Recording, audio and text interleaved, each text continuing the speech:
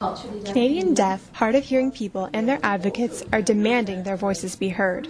In a week of CRTC public hearings in mid-November, they protested poor quality captioning they say consistently plagues Canadian TV. The hearings focused on how to improve access for people with disabilities to phone, internet, and television services.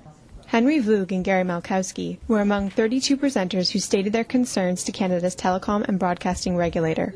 Vloog is a lawyer from Vancouver who is deaf. He had complained to the Canadian Human Rights Tribunal 11 years ago that the CBC wasn't captioning all its programming.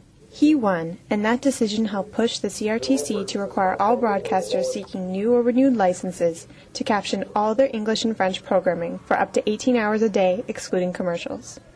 But Vloog points out that it's no good to have more captioning if you can't understand it.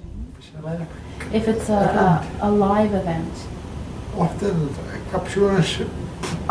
the captioning, the quality of it is garbled. So bad. And sometimes it's so bad it's pointless to even watch, and we just switch to another channel or turn the television off completely. Pierre-Louis Smith is Chief Regulatory Officer with Canadian Association of Broadcasters. He says networks usually have time to ensure pre-recorded programs are well captioned, but live TV is a challenge.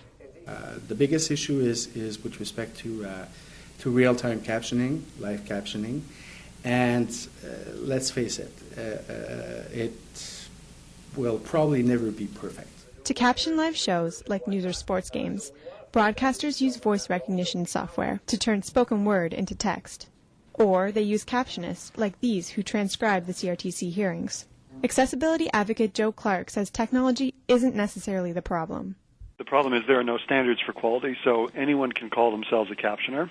Anyone can do captioning any way they want, and on the whole, lowest price is what determines who gets the job rather than quality. The Canadian Association of Broadcasters has developed a set of captioning standards on everything from the color of the text to how it should scroll down the screen.